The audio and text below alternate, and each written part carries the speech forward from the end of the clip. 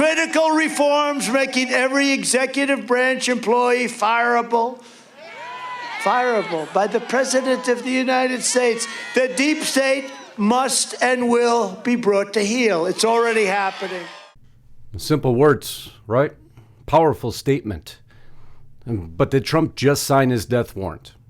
I'm going to explain exactly what that means, because it is what is behind that very simple statement. The details through which you will begin to understand I'll never, ever allow it to happen, because if it was to happen, it will rock, it will quake, and it will destroy the very foundation of D.C. and the whole of U.S. government for that matter. And we're going to get through those details rather quickly. But before we do, if you haven't subscribed to Lisa's channel yet, please just take a few seconds to do that. She'll also put a link just above me. That's for my channel. Let's get back to this broadcast. So what was Donald Trump talking about during that speech? Well, there's many people who believe they know exactly what he meant. You'll see one article here on the government executive. Trump is threatening the return and expansion of Schedule F. If you don't know what Schedule F is, by the end of this broadcast, you will. And I'm going to go through details of exactly why I believe that is specifically what he's going to do by the members and the new inner circle of Trump, which is completely different. It actually appears he learned a few lessons and is listening to the right people. By the way, Jared Kushner, out. Ivanka Trump, out. That's right. Things are changing. And it's why, if he survives this will rock the foundation of government, the whole of government. Trump wants presidential power to fire any executive branch employee in the next term. I'll tell you why. There's always danger to that. But I'll tell you why it may be a good idea. A radical plan for Trump's second term. Go to Axios. You'll see the other side present their opinions.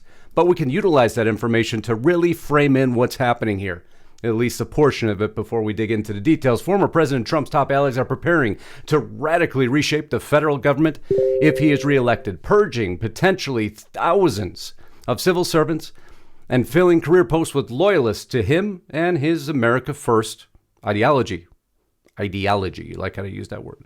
People involved in the discussion tell Axios the impact could go well beyond typical conservative targets such as the EPA and the IRS. Thank goodness.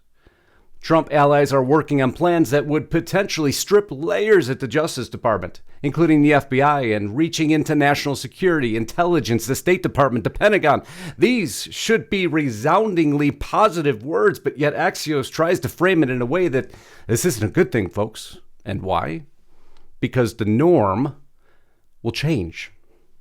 The norms around science and politics are cracking. Another Axios article, because this Schedule F has been in the news for some time. Yes, but the norm is to have a robust discussion. This was all about the last pandemic. Schedule F is just remarkable. It's not like political appointees editing a report who are working within the system to kind of subvert the system. This is an effort to completely redefine the system, and how badly does this nation need that right now? Creating Schedule F in the accepted service. This is put into the Federal Register on October 26th of 2020. Here is the executive order. The effective to carry out the broad array of activities assigning the executive branch. I could read this whole thing, but this simply gave them the power to terminate at will. Not quite with enough teeth, however. You didn't have to go through the normal protocols. You can actually terminate someone who wasn't performing. I know, it's a novel thought, but of course there's a bigger plan in place. I'm going to show you how well orchestrated and planned out it is. There's been meetings ongoing with the likes of Mark Meadows, Jim Jordan, a lot of other names you're going to recognize and be pleased to hear. Executive order on protecting the federal workforce. Oh wait, this was January 22nd, 2021. Well, that's when Biden... Oh, that's right. He got rid of it immediately. Section 2, revocation of Schedule F. Long and short, he didn't like it so much, so he got rid of it. Well, now there's people concerned if Trump gets reelected, he will immediately reissue this, and I'm going to tell you why I don't believe they're wrong. New presidents typically get to replace more than 4,000 so-called political appointees to oversee the running of their administrations. But below this rotating layer of political appointees sits a massive government workers who enjoy strong employment protections and typically continue their service from one administration to the next, regardless of the president's party affiliation.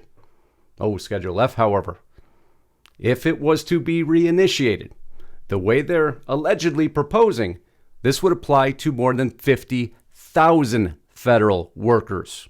An overhaul of government. It's more than an overhaul. It would change everything. Some people call it the deep state. Some people call it the swamp. Call it what you will. We've heard Trump make those promises before, but, he messed up a lot. He made a lot of mistakes. He didn't get a lot done. Has he learned his lessons? I'll show you by his inner circle coming up very quickly here that it appears he has. Although Axios calling it a radical plan for Trump's second term. They intend to stack thousands of mid-level staff jobs. And they're putting the list together to do this already, by the way. Well-funded groups are already developing lists of candidates selected often for their animus against the system in line with Trump's longstanding obsession with draining the swamp. This includes building extensive databases of people vetted as being committed to Trump and his agenda. So let's put it in these terms. You're going to run a company, and you like to run the company with employees who believe in your objective as the company. That would be normal. Of course, Axios tries to make it sound abnormal. The preparations are far more advanced and ambitious than previously reported. What is happening now is an inversion of the slapdash and virtual non-existent infrastructure surrounding Trump ahead of his 2017 presidential transition, which is an absolutely accurate statement. Trump didn't always pick the best appointees. Many turned against him. Again, has he learned this lesson? We're going to show you the inner circle. These groups are operating on multiple fronts, shaping policies, identifying top lieutenants, curating an alternative labor force of unprecedented scale, and preparing for legal challenges and defenses that might go before Trump-friendly judges all the way to the 6-3 Supreme Court. You know where the bias is at now. But why such a loud article? Why are they spending so much? This is a huge article because it's a sounding board to the Democrats. Here's what he's doing. Please move forward. Please make sure we stop him. And we're going to outline to you as Axios as to why you need to stop him. Because if he was to do this, he is better prepared than he was last time around. Trump, in theory, could fire tens of thousands of government officials with no recourse for appeals. He could replace them with people he believes are more loyal to him and to his America First agenda. Even if Trump did deploy Schedule F to this extent, the very fact that such power exists could create a significantly chilling effect on government employees. It could change the whole of government. Such pendulum swings and how could they even for a second complain about something being politicized with what's happening currently in Washington? It's a joke to even write this sentence, but they did. Trump allies claim such pendulum swings will not happen because they will not have to fire anything close to 50,000 federal workers to achieve the result, as one source put it, of behavior change. Firing a small segment of bad apples among the career officials at each agency would have the desired chilling effect on others tempted to obstruct Trump's orders. Now, I don't agree with that statement. If you're going to overhaul something, overhaul it completely. There are such things as bad apples, and there's such things as silent apples, who will just go about their day-to-day routine until they see their opportunity. And when they see their opportunity to change an agenda, they will do that. We've seen evidence of this time and time again, so please, anyone listening, don't short-side yourself. And folks, the wonderful part about this is nobody's talking about violence, nobody's talking about danger, nobody's talking about upheaval. They're using the powers granted to them to go ahead and make change. Once elected, you have the right to do that. But the Democrats know this is coming. They're trying to preempt it as quick as they can, not only through the multiple, what we see happening, if you're watching it, please don't be watching it, please, on your TV with the commission. Connolly NDAA amendment would put a Schedule F revival to rest. You see, they know this is coming. They know the power of what's coming, and they're already working to stop it, which tells you they're onto something. But Trump's learned his lesson. Following splits from some of his past swath of loyal advisors, Trump has tightened his inner circle. The Florida-based strategist Susie Wiles is Trump's top political advisor. She runs his personal office and his political action committee.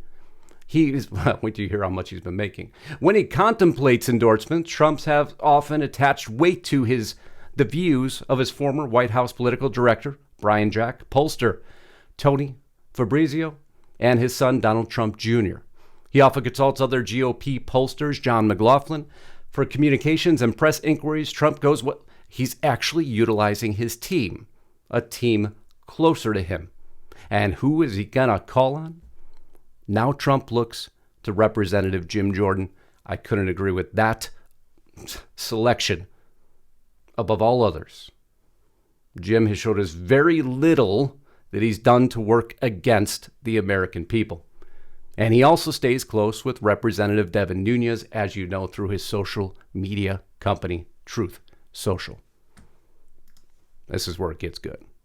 And we're going to rocket through this information. I'm just going to put out some of the names. Jeffrey Clark. I don't like anybody who was a veteran of the George W. Bush administration. Let me start there. However, I have watched some of his recent actions, and they have been better. But Trump, desperate to overturn, as you know what they're going to say there, welcomed Clark, the only senior official willing to apply the full weight of the Justice Department. Oh, that is one that is in very clear focus as to who Trump is targeting. Conveying the air of deep confidant, Clark responded that he thought Trump had learned his lesson. In a second term, Clark predicted Trump would never appoint an attorney general who was not completely on board with his agenda. Hallelujah, amen. That is exactly what he should have done the first time around. But he didn't, so there was limited movement on many of the actions he wanted to take. And so it appears, based on what you're about to read, this is a much more coordinated effort. Given Trump wanting to make him Attorney General in the final days of his first term, it's likely that Clark would be a serious contender for the top job in a second term.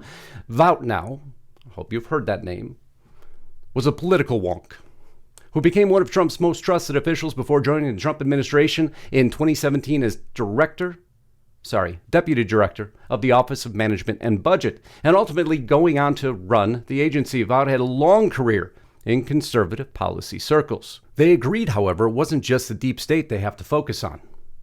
They said their biggest problems were with the political people that Trump himself had regrettably appointed. Never again should Trump hire people like former Chief of Staff John Kelly, his former defense secretaries James Mattis and Mark Esper, his CIA director Gina Haspel, and virtually the entire leadership of every iteration of Trump's Justice Department. They've learned their lesson. They're strategizing. Now, who else is he talking about? Having very close?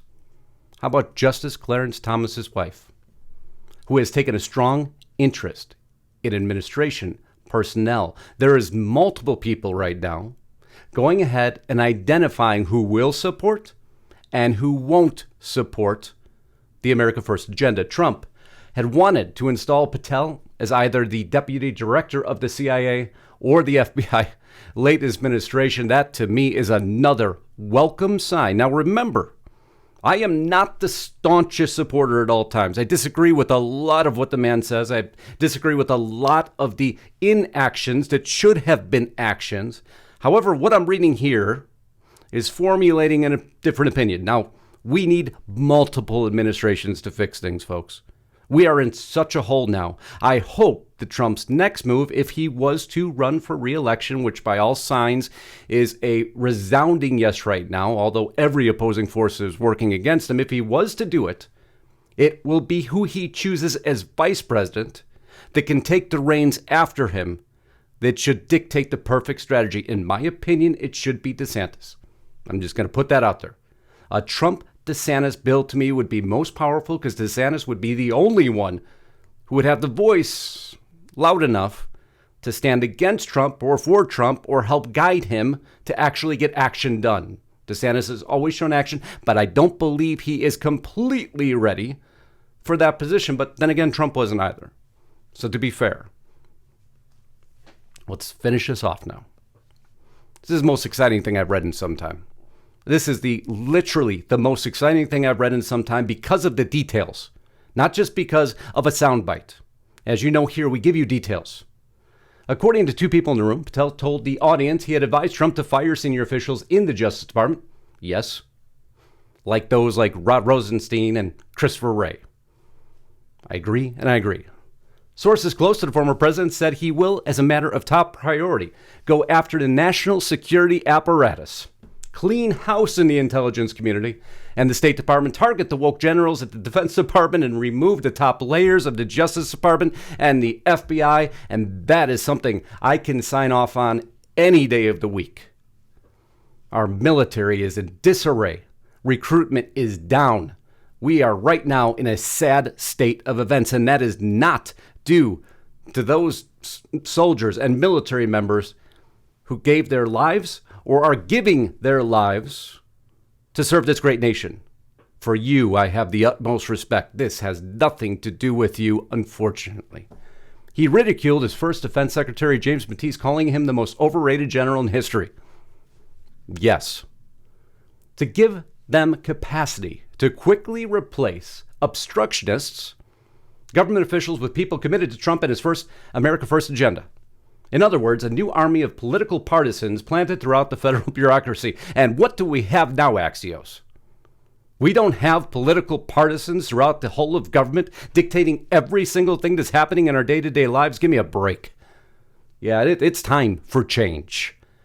The new inner circle. Daughter Ivanka and son-in-law Jared Kushner are no longer involved in Trump's political operations, and it's about darn time. Gone. I want to make sure you had all the details. This story is so much bigger. Help us share it. Get the news out. This is the most positive news I can give you on a Sunday right now. Former Vice President Mike Pence, however, is in an entirely different category, labeling him now an enemy, which everyone would have expected to happen, obviously. Trump has doubled down with a small group he views as loyal and courageous. That includes Dan Scavino, Stephen Miller, John McEntee, Mark Meadows. Mark's made a few weird statements. I know this. Trust me, I listen to everything you listen to. However, you need people who know how to maneuver internally. But who's out? McConnell, out. Love that. It's about darn time. Moscow Mitch, done.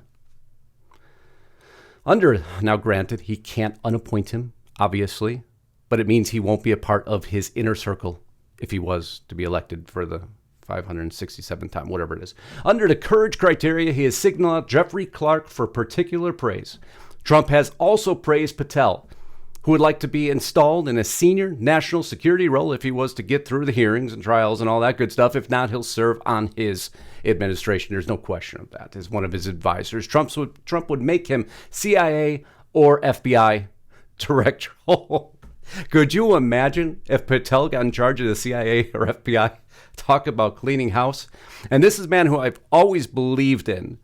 People close to the former president said Richard Grenell has better odds than most as being nominated as Trump's Secretary of State. Absolutely, absolutely, absolutely.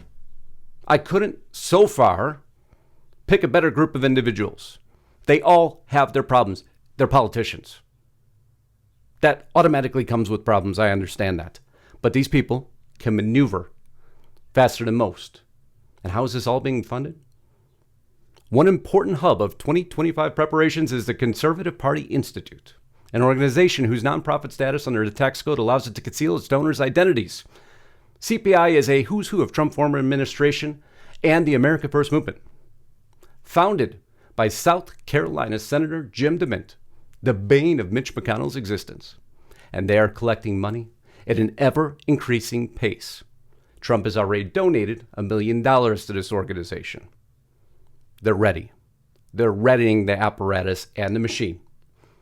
The meaningful act when Trump authorized a $1 million donation to the CPI, his largest donation to political allies in the second half of 2021.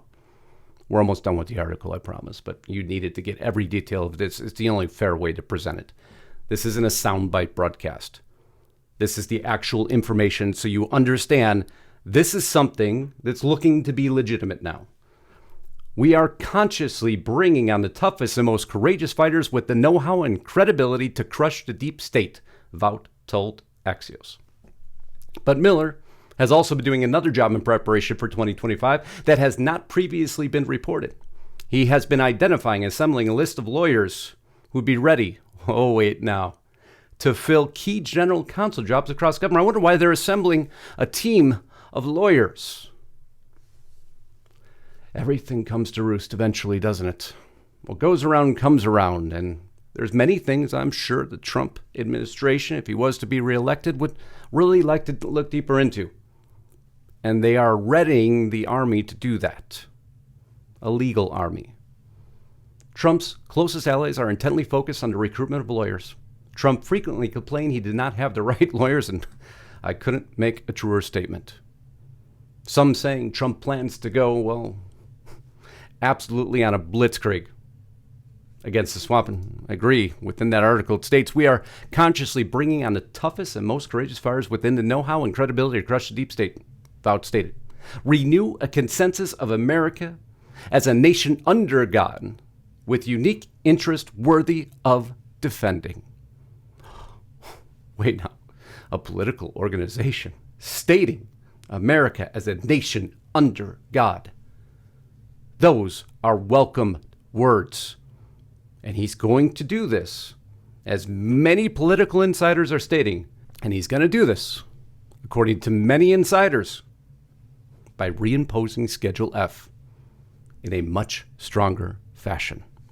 We will pass critical reforms, making every executive branch employee fireable by the President of the United States. The deep state must and will be brought to heel.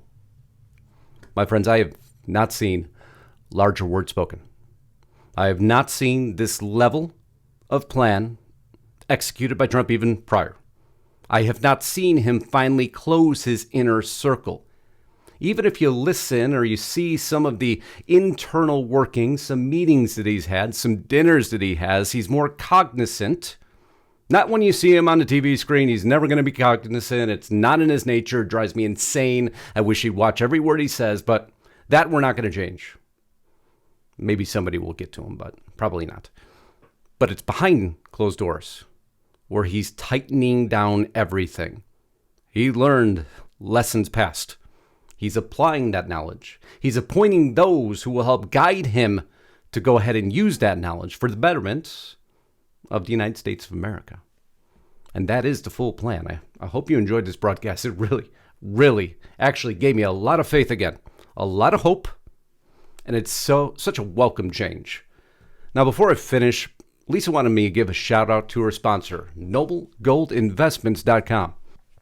Longtime sponsor of Lisa's, an amazing company, and right now with every qualified gold and silver backed IRA account, you're going to go ahead and get this 1/10 ounce gold coin. And again, with every qualified gold and silver backed IRA account. NobleGoldInvestments.com. We can't thank you enough for being here today. Really hope you enjoyed this. Look forward to your comments. Join us at all our platforms. We can't thank you enough for doing that. And please help share this. We need to give hope to so many that have lost hope that things could never change, and things can always change. Always. And it appears there's many, many people now planning that exact thing happens as long as Trump can survive it. And this political survival is what you'll be hearing about for the next couple years. And we'll be covering it for you, detail by detail. We love you all. Can't thank you enough for being here again today. And until next time, Godspeed and God bless. Justice Knight, signing out.